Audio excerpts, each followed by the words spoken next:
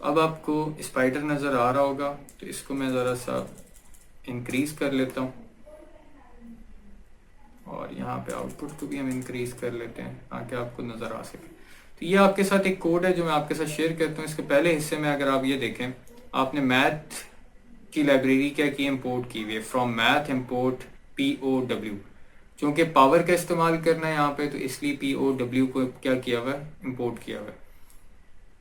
पहले हिस्से में अगर आप देखें, हम बार को कैलकुलेट कर रहे थे, that was the mean. Then हमें वेरिएंस की रिक्वायरमेंट है, तो हमने क्या किया, हमने वेरिएंस भी कैलकुलेट किया। ठीक है जी, वेरिएंस हमारे पास आ गया, हमने मीन कैलकुलेट कर लिया, क्योंकि वेरिएंस जो सा है उसके फार्मूले में मीन का इस्तेमाल होता है।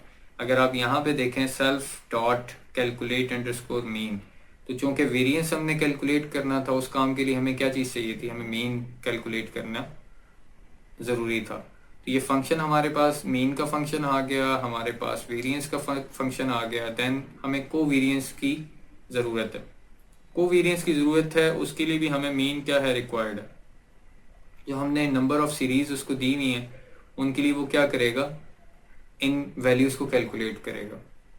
जब हमारे पास ये वैल्यूज़ आ चुकी होंगी, तो अब हम क्या करते हैं, हम कोवेरिएंस को डिवाइड करते हैं इन वेरिएंस से। जब कोवेरिएंस को हम इन वेरिएंस से डिवाइड करते हैं, तो हमारे पास जो वैल्यू आती है दैट इज β1, यानी कि slope of the line. Slope of the line हमारे पास आ जाएगी। ये हमारे पास इक्वेशन है, हमने देखी थी, उस इक्वेशन की इम्प्लीमेंटेशन यहाँ पे आपको नजर आ रही है। देन हमने intersect of the line calculate करना है। इंटरसेक्ट ऑफ द लाइन हमारे पास क्या होता है, y minus β1 multiply by x. अब हमने वो जो slope of the line calculate की थी, उसको यहाँ पे पुट किया। x हमारे पास जितनी भी वैल्यूज हमारे पास उसके कॉलम में मौजूद थी अलोंग x एक्सिस, वो आ जाएंगी। अलोंग y एक्सिस जो हमारे पास वैल्यूज थी, वो जब हमने प्लॉट किया था वो y की वैल्यूज थी। तो अगर हम दो कॉलम्स की बात करें, तो जो x की वैल्यूज का कॉलम था वो सारा का सारा मल्टीप्लाई होगा β1 के साथ। इसी तरह y वाली वैल्यू भी मल्टीप्लाई होगी, और एंड के ऊपर हमारे पास जो वैल्यू रिटर्न होके आएगी दैट वुड बी β0। जब हमारा β0 भी आ गया, β1 भी आ गया, तो आपने क्या किया, आपने फिट का एक फंक्शन यूज किया और आपने ये बताया कि आपके डेटा सेट में कौन से वैल्यूज को फीचर के तौर पर ट्रीट किया जाएगा और कौन सी वैल्यूज को टारगेट के तौर पे यानी कि क्लास के तौर पर ट्रीट किया जाएगा। ये दोनों वैल्यूज जब आपने इसको डिलीवर की, तो अब आपका मॉडल क्या हो गया, ट्रेन हो गया। अब जब आपका मॉडल ट्रेन हो गया है, तो उससे हमारे पास β0 भी आ गया, β1 भी आ गया। अब हमने प्रिडिक्शन करनी है। तो अगर आप x की वैल्यूज देखें, तो x की वैल्यूज बिल्कुल वही आ रही हैं, 1400, 1600, 1700, ये स्क्वायर फीट्स यहाँ पे लिखे हुए आ रहे हैं आपके पास।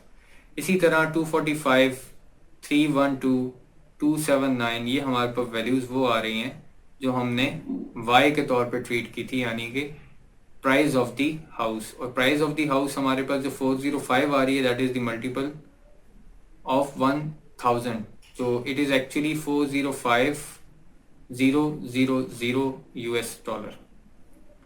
तो यहाँ पे आपके पास फिट हो गया, फिट का फंक्शन आ गया, आपने उसको 100 के साथ, 100 स्क्वायर फीट के साथ प्रेडिक्ट किया, तो हमारे पास आंसर इसके बाद वही आना चाहिए जो अभी हमने एक्सेल में कैलकुलेट किया या अभी हमने स्लाइड्स में कैलकुलेट किया। तो मैं इसको कंप्यूट करता हूँ, तो हमारे पास आंसर क्या आता है, 208.016067।